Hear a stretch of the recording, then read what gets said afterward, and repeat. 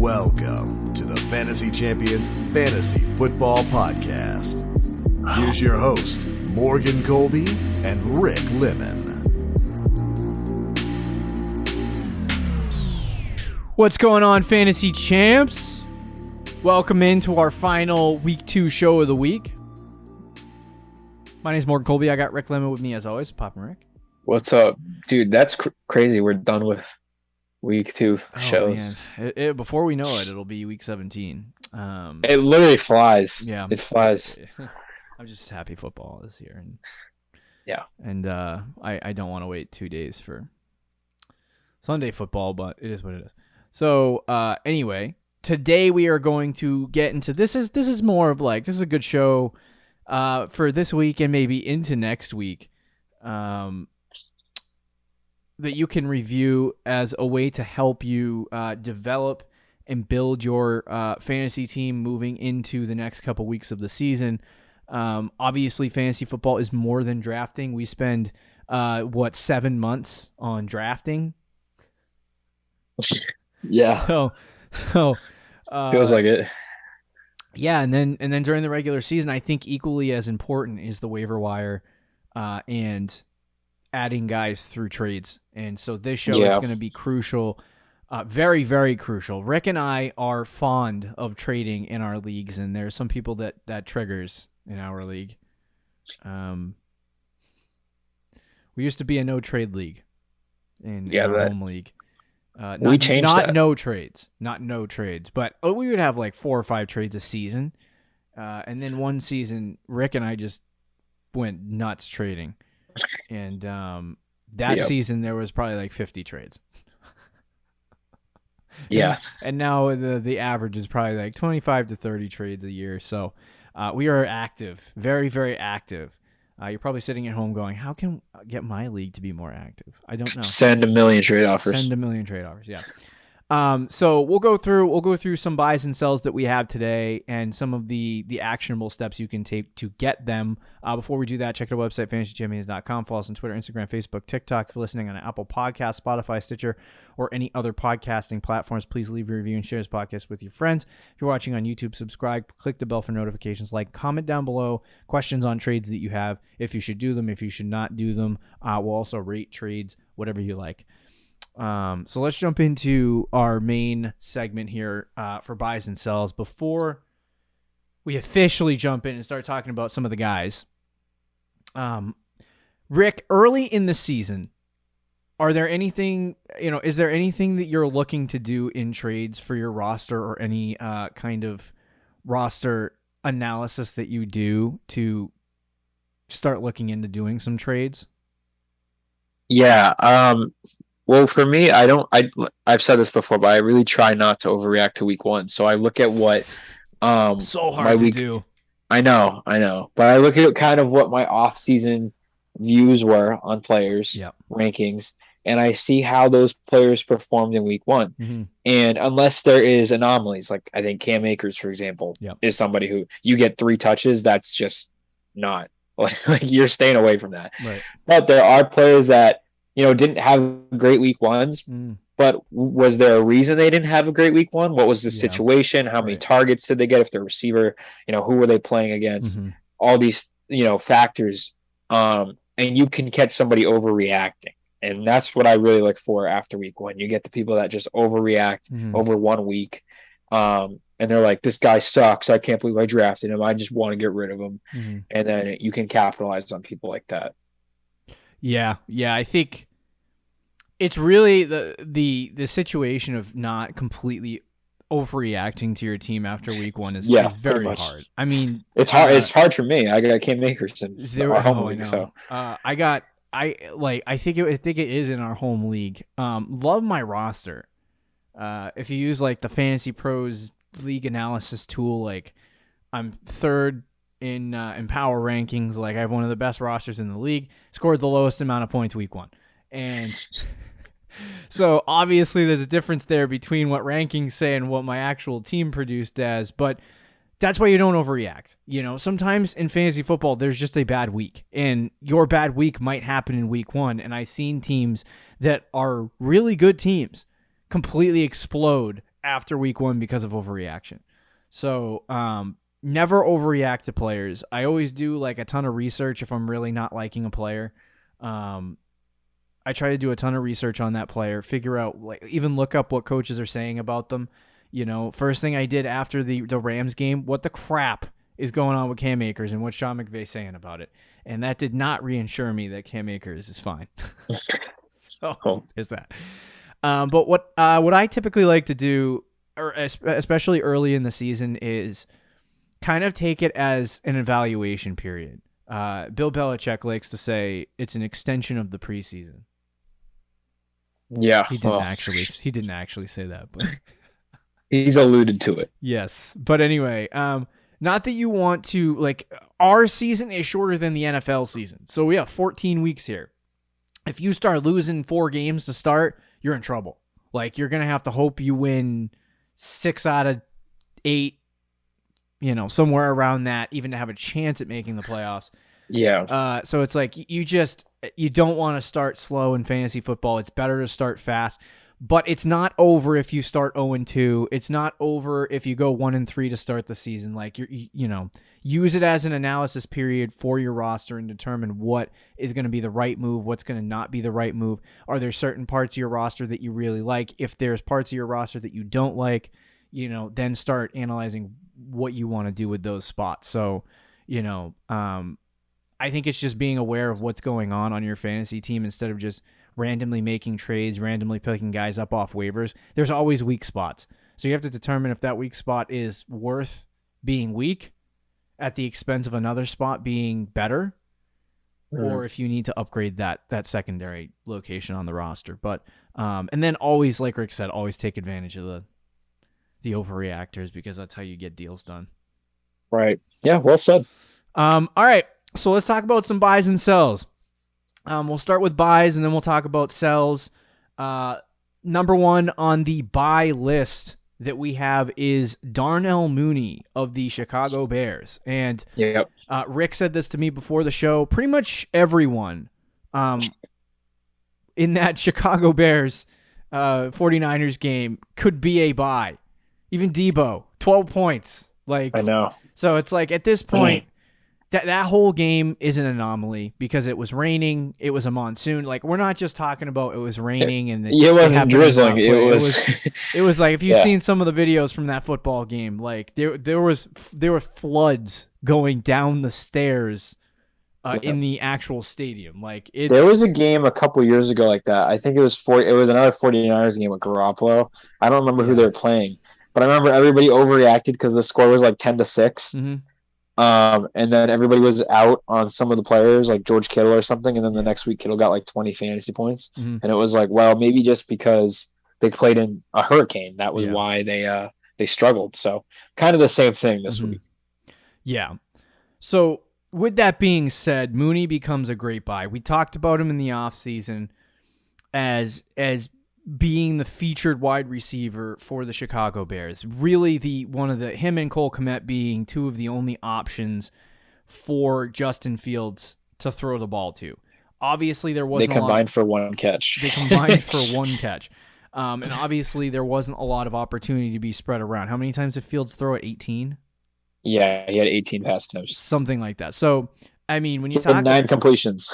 when you talk about 3 targets on 18, I mean, that's all right. It's okay. And you know what? It was 17 pass attempps. So. Oh yeah. So anyway, that's, you know, I don't know. I can't do. It's not great, but it's not. I think he was tied for the leader in targets. Yeah. So it was just a tough week. It was clear that they were going to go on the ground, try to draw things up, move the ball slowly. It just was not a day to pass the football. Because of that, obviously, Mooney doesn't get the day that you wanted to start the season. And if you're nervous about Darnell Mooney, I would hold him. I would say, I'm not going to sell him. You know, I'm going to hold him and see what happens in the second week. And I guarantee you he's going to get that 7 to 9 target share that he got last year coming into this year. I still believe he's a 160 target receiver. And I think this game was just an anomaly. So I would run out there, target Darnell Mooney before he has the Michael Pittman game, and everyone's like, I'm not going to sell him. Yeah. His snap percentage was significantly higher than Yeah. any other receiver as well. He was the leading. He was out there for 90% of the game. The next receiver on the Bears was I can't pronounce his first name. Amon-Ra St. Brown's older brother, Equanimous St. Brown. Yeah. Yeah. He had 76%, and then Dante Pettis had 40%. So Whew. Mooney was out there the most, and he was targeted among the receivers the most as well. He just didn't do anything because it was a horrible, horrible game.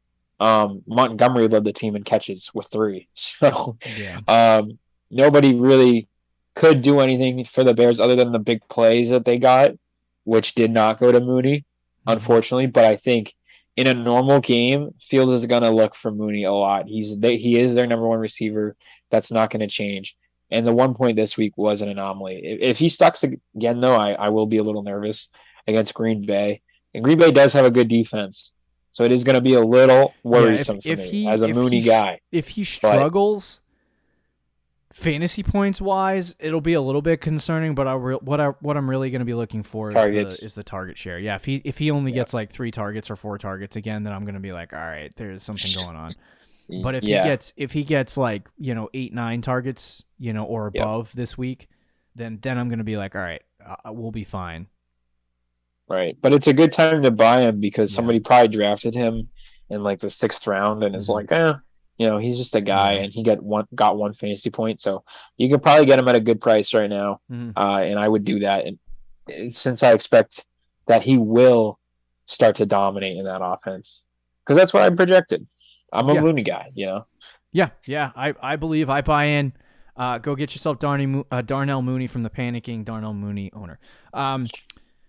Moving on to number 2, it is Travis Etienne of the Jacksonville Jaguars. They went out this week and played the Commanders. They lost, right? 28-25. Is that correct? Yes. I don't know if that was a score, but they lost. All right. So Jacksonville didn't look too atrocious. At least not as bad as last year. They looked okay. They definitely looked better than last year, yeah. Yeah. They looked like an average NFL team. The shocking part of this game was James Robinson coming out and getting half of the snaps, half of the opportunity, and scoring, 1 or 2 touchdowns? 2 touchdowns. In the game, and having a really, really great performance this week in fantasy football. And it left the Travis Etienne people like myself kind of stunned a little bit because you wanted to not see James Robinson. The whole argument for us early in the season was that Travis Etienne, if you listen to any of our videos in the offseason or watched any of our especially the earlier ones like July, we talked about how James Robinson wasn't going to start the first month of the season, and if he didn't start the first month of the season, Etienne was going to get an opportunity to steal the job.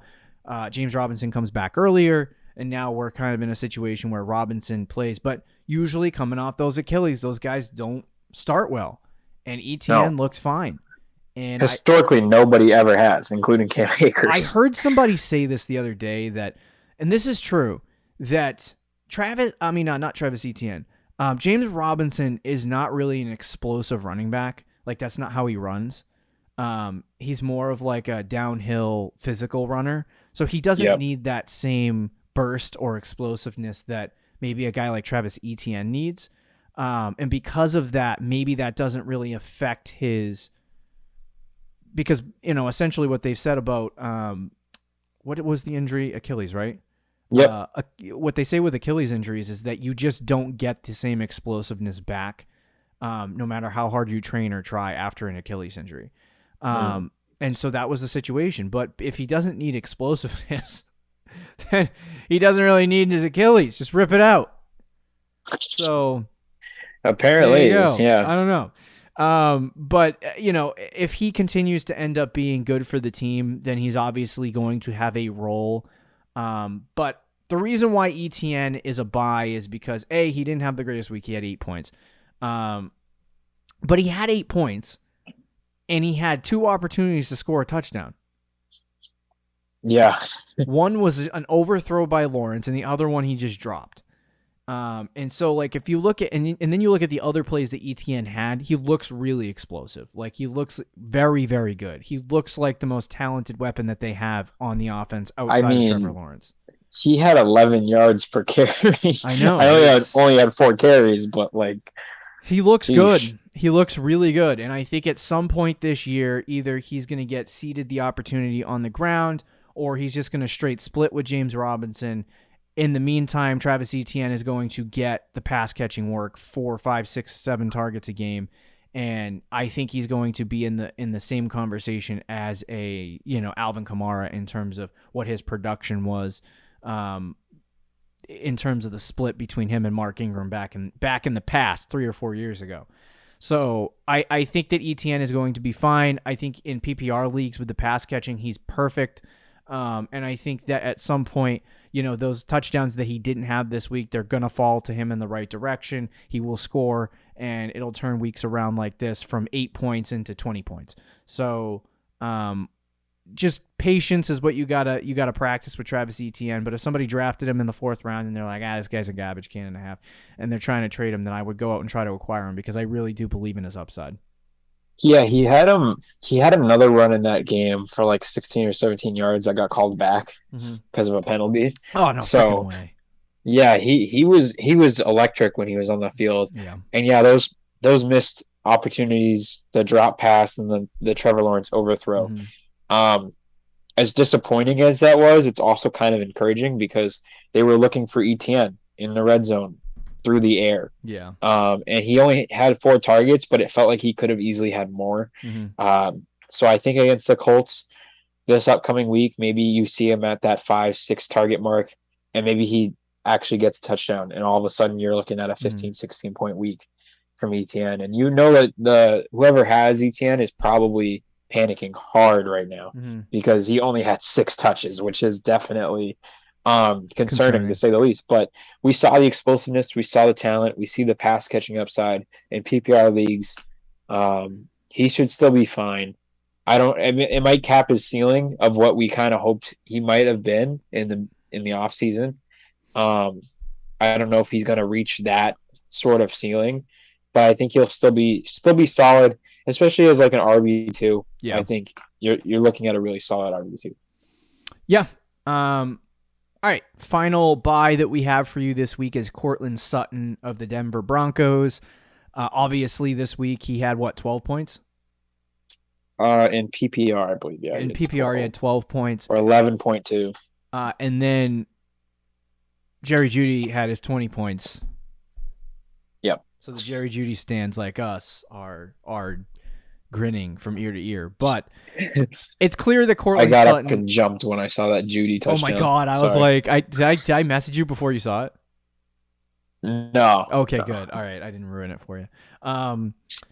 But no, Cortland Sutton, when you look at the box score, he had 7 targets. Jerry Jeudy had 7 targets. This is going to be a situation, regardless of how it works out on a week-to-week basis, where both of these guys are going to be targeted probably in the same area in terms of how many targets they have.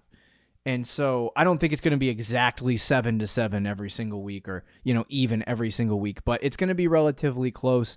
And I think that Cortland Sutton, the way they utilized him and the way it looked like they utilized him is going to be very interesting to see how it kind of plays out, because they were trying to use his physicality and, his mass to physically control the ball and the corner so he can make a big catch like DK Metcalf does. But that's all they really did with him. So I'm curious to see how they draw or scheme up plays to get to Cortland Sutton that make more sense than what they had. But what's clear to me is that when they do get into the red zone, which I don't remember, I don't think they did a lot. They did get into the red zone, but they ran the ball and fumbled twice. Yes. So they had like 2 or 3 red zone possessions, but I would imagine that as the season goes along, Cortland Sutton is going to get a lot of target share in the red zone, which is going to give him upside. I think he's wide receiver. In my book, rest of the season, he's probably top 15, top 16 wide receiver in fantasy football. And I think you should definitely go out and try to snag him right now. I think you honestly could get him at like a wide receiver 24 value. If you have like Hollywood Brown or Rashad Bateman, you could probably, add them and another player to get Cortland Sutton. And that you might even be able to even swap it, which I would do. But I think, based on what we saw in week 1 from Cortland Sutton, you're obviously not going to go to the owner and say, oh my God, this, the player is, crapped his pants and they're freaking out. But they're not thinking like, okay, Cortland Sutton blew up into this, 30-point game and he's the best wide receiver on the Denver Broncos, and it's because Russell Wilson did X, Y, and Z. He had 11 points. So it's like he was mediocre. He did okay, and you can kind of use that to your advantage to kind of buy him at a low. Yeah. I agree with you, though I still think he's a solid wide receiver too. And as you said, he had the same amount of targets as Jerry Jeudy. So I think rest of the season it's going to be similar to that. I don't think, and I said this to you before the show, I'm a Jeudy guy, but I don't think Judy's going to – it's not like Cooper Kupp and Robert Woods where Cooper Kupp just got like 15 targets a week the whole season. Right. I think Jerry Jeudy is going to be similar in target share than Sutton. Although I would rather have Jeudy rest of the season, I think Sutton will still have his weeks. He's still going to have a high target share week to week. And 11 fantasy points isn't really that bad, and he didn't really do that much. So against Houston this week, I think he has a bigger week. It's a good time to buy him before he starts having those big games. It also kind of reminds me a little bit of Keenan Allen, Mike Williams, and that dynamic where it feels like Judy's the Keenan Allen and then Sutton's kind of the Mike Williams. I think Sutton could have a couple really monster weeks, and then he kind of goes quiet some weeks because of his kind of big playability. They threw to him, I think, 2 or 3 times, like 30 to 40 yards down the sideline in one-on-one coverage. So they were looking for those deep balls with Sutton. I think one of them was incomplete. They got a pass interference on another one. So he could have some big weeks. Nothing I saw really discouraged me for Sutton. It more just encouraged me for Jeudy. So go ahead and buy Sutton while the team owner is regretting their Broncos wide receiver decision. I like it. All right, let's move to the sells. Okay. This one's easy. Cordero Patterson of the Atlanta Falcons. Every week on TikTok, we posted a video, and the video was some sits for this week. You got to take them out of your lineup, and I got 2 of 3.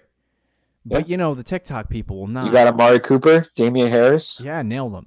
And then you said Cordell Patterson. I said Cordell Patterson, and I got roasted in the comments. It's like, oh, God forbid, I get one wrong. And of course it's Cordell Patterson. Yeah, of course, because he hates me. I was gonna say we did a show in like a week before the season started, and we said like players not to draft. I think it was, and we got to Cordell Patterson, and I remember saying like, I can't see a world where he does what he does last year, and then boom, week 1 he does what he does last year. I think what's funny is that the only thought in my head that I had was the chances of Cordero Patterson, at least early in the season, having that kind of production, and then by the time the midway point came in the season that he would just kind of fall off because, he's not necessarily the youngest guy.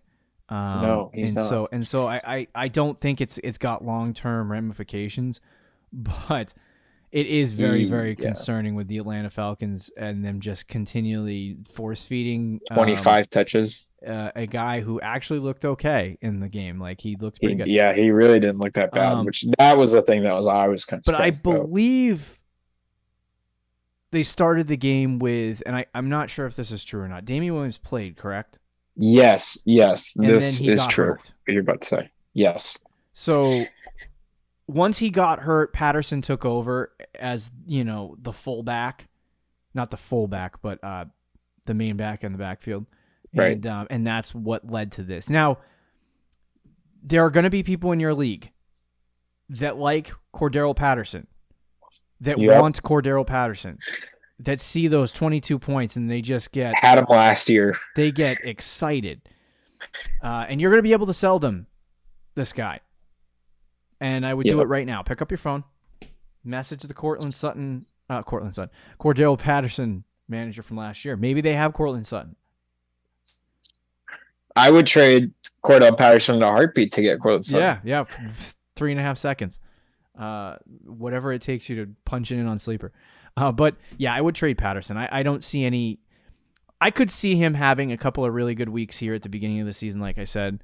But I don't see a long-term option in fantasy football for Cordero Patterson. And I think that there's going to come a week where he just craps himself. And honestly, Atlanta outperformed. They were above their skis anyway in this game.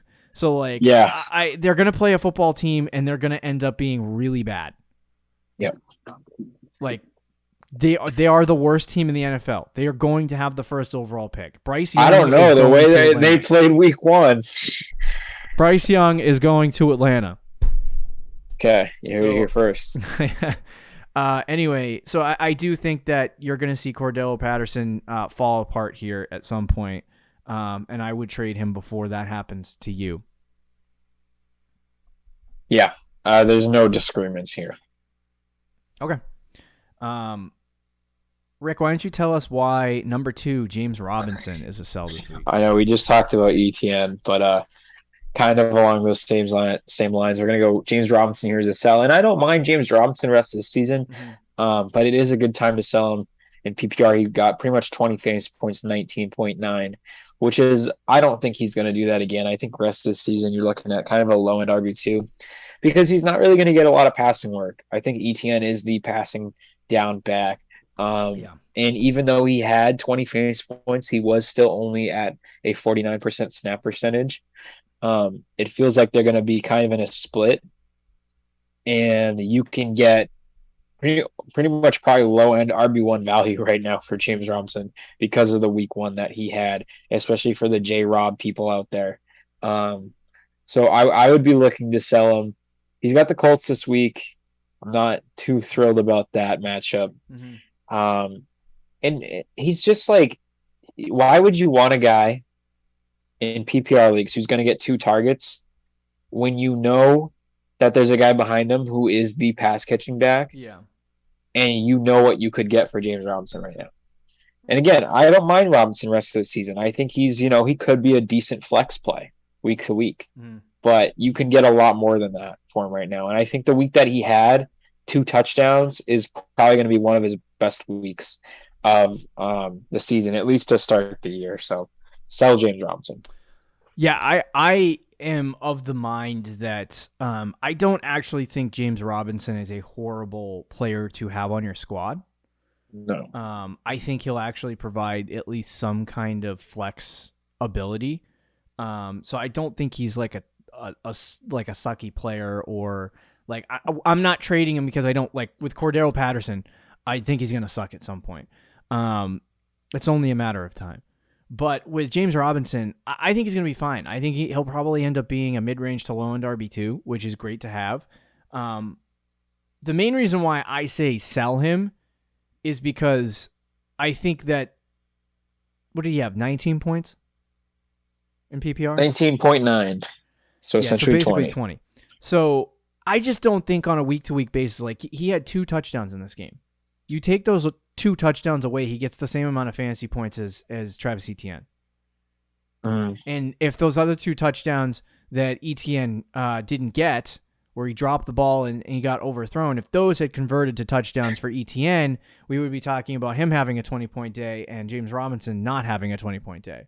So there's definitely some interesting situations here to deal with James Robinson. He's going to be the guy who gets probably a majority of the work for most of the season on the ground, but I don't see him having these massive 20-point games on a regular basis.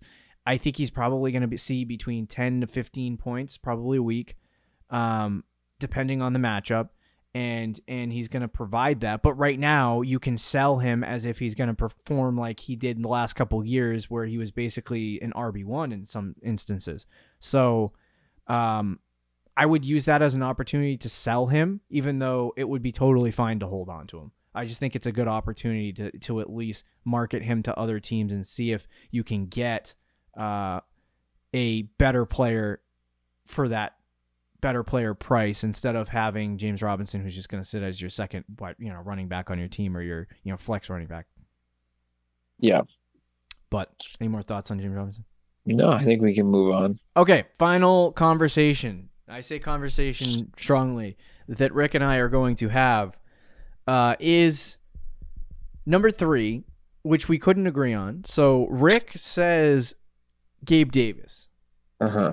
And I say Jaylen Waddle. Yeah.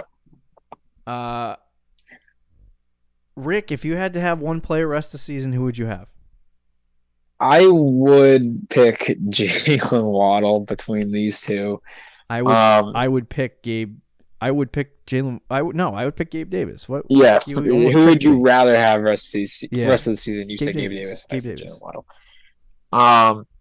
Do you want me to go first? Yeah, sure. Go ahead. Explain why you would trade away Gabe Davis. I'll start off with Waddle. I don't think he's a bad sell. I don't think it's necessarily the worst sell. I think, he might not perform to his ADP. That's fine. Sell him now, whatever. But I think between these two, Waddle's the more talented guy. I know he didn't have a ton of targets in week 1, and they really forced the ball to Tyreek Hill. But he also was battling an injury going into the week. He ended up with a 67% snap percentage. I think that goes up as the season gets on. And Waddle's the type of player that I feel like with his speed and talent as a wide receiver, he can just take what he did against New England, take like a slant route 40 yards down the field for touchdown. I think he's just an explosive, talented player. I don't have him in many leagues, so I'm not advocating for Jaylen Waddle. I think what he did is kind of what he's going to do rest of the season for the most part. And then Gabe Davis, on the other hand, similar situation, had 5 targets, had a very high snap percentage. 98 was out there for almost every play. He's also their solid run blocker for them. Gabe Davis to me is just so boom or bust on a week-to-week basis, because I think his 5 targets is pretty much what he's going to get week to week, 5 or 6 targets a week, which to me is fine. He's going to get those weeks that he did this past week where he gets the big touchdown. But there's going to be weeks to me where he gets 6 targets, 3 catches, and 40 yards. And it's just he's going to kind of underperform what you expect. And a lot of people drafted him high, and a lot of people have high expectations for Gabe Davis. I've seen people on Twitter, the Gabe Davis people is real. And after his week 1 performance, they're going to go after Gabe Davis, and they're going to go crazy. And I would sell him in a heartbeat to one of those guys for a player that I think is better rest of the season at running back or receiver. From the perspective of Gabe Davis and the hype train that people have for him, like there is a Gabe Davis like fetish on the internet. Yes, there is. That is sickening, to be completely honest with you. And I don't hate Gabe Davis either. The only reason why I take Gabe Davis over Jaylen Waddle in a lot of instances is because he's on a far better offense in the NFL, and like the same touchdown upside that I would attribute to Jaylen Waddle, I attribute to Gabe Davis, except there's probably going to be more of it in Buffalo. So I think that he has a higher ceiling and more opportunity in terms of fantasy football than Jaylen Waddle does, at least in this context. I don't hate either one of these guys. Like, if you want them on your team, feel free. Yes, whatever. Same thing. I feel the same way about James Robinson. It's like, it is what it is. Like, I'm not like, hey, this guy sucks. But like I said, I feel like Gabe Davis in a better offense. I don't disagree with you with your points on Gabe Davis being a sell, because I think, there is there's a situation here where there is Gabe Davis lovers. And because there are Gabe Davis lovers, every time he has a big game, he becomes a sell. Yeah. Like, easily. Like, it affirms people's love and passion and zeal to get Gabe Davis on their team. And so with that, Gabe Davis becomes a great sell. But the reason why I would sell Jaylen Waddle over Gabe Davis at this point is because I think the anticipation and the expectation of Tua Tagovailoa and the Miami Dolphins are two very different things. And of course, the talk of the town is that Tua beat the Patriots again, and that, they won, and everyone's talking about good things, right? Waddle had 17 points. Tyreek Hill had a good game. Like, they both did decently. Maybe they can do this. Big problem with this situation for fantasy managers is that the Dolphins only scored 13 points this week. against the Patriots defense that there weren't a lot of expectations for. Yeah. And if this is what their offense looks like against Buffalo, against teams like, I don't know if they play Denver. I think they do. The Chargers.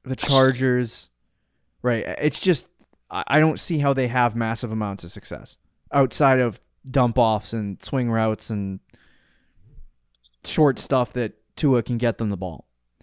And so based on that and based on the amount that they're going to end up running the football as the season goes along, there's not going to be a whole ton of passing opportunity. There's not going to be a whole ton of target share going around. And there's already Tyreek Hill who's going to get a ton of opportunity to begin with. So with that being said, I don't know how much real opportunity Jaylen Waddle is going to get. I know he's going to, have moments where, like A.J. Brown did when he was with Tennessee, where he would just bust off a 60-yard touchdown run because he's ridiculous after the catch. Both Tyreek Hill and Jaylen Waddle can do that, and they'll both have those moments. But I think that there's going to be more moments for Gabe Davis catching, touchdowns in his games because of the better offense than there is for Jaylen Waddle splitting safeties and scoring a touchdown like he did in the last game against the Patriots. His entire game was attributed to that one play. Had that one play not happened, Waddle managers are panicking. Yeah. Like freaking out. So that's why I'm like, take the opportunity where you saw Waddle the whole game. I'm Pats fan, so we watched this game in its entirety, and I watched it with a Waddle owner. Yeah. Who was panicking. Waddle needs to get the play. ball. Waddle needs to get the ball. Waddle needs to get the ball. Well, they have Tyreek Hill, so they're going to throw it to him. I would take this opportunity now with the Waddle performance this week, 17 points. Take what you saw and what you saw and sell him now. I don't think he's going to be a bad player. I just don't think he's going to be as good. Like, I don't think he has a ceiling of wide receiver 1 unless Tyreek Hill gets hurt. And he's probably like mid to low end wide receiver 2 at like best. So he's not a bad player to have, but if he does have a big game like he did this week, it's a good opportunity to sell because I don't know how many games he's going to have these big performances. Fair enough. That's kind of how I feel about Gabe Davis. So it's literally the reverse. Yeah. Do you have any more thoughts on this? No, I think that's it. Okay, there you go. Buys and sells for week 2 on the board. Go grab Darnell, Mooney, Travis Etienne, Cortland Sutton. Sell Patterson, Robson, Gabe Davis / Jaylen Waddle. And you will have success, I hope. All right, enjoy your football weekend. We'll be back with a recap. See you later. See you. Thank you for listening to the Fantasy Champions Podcast. Make sure you subscribe on iTunes and YouTube and follow us on Twitter @TheFFChamps.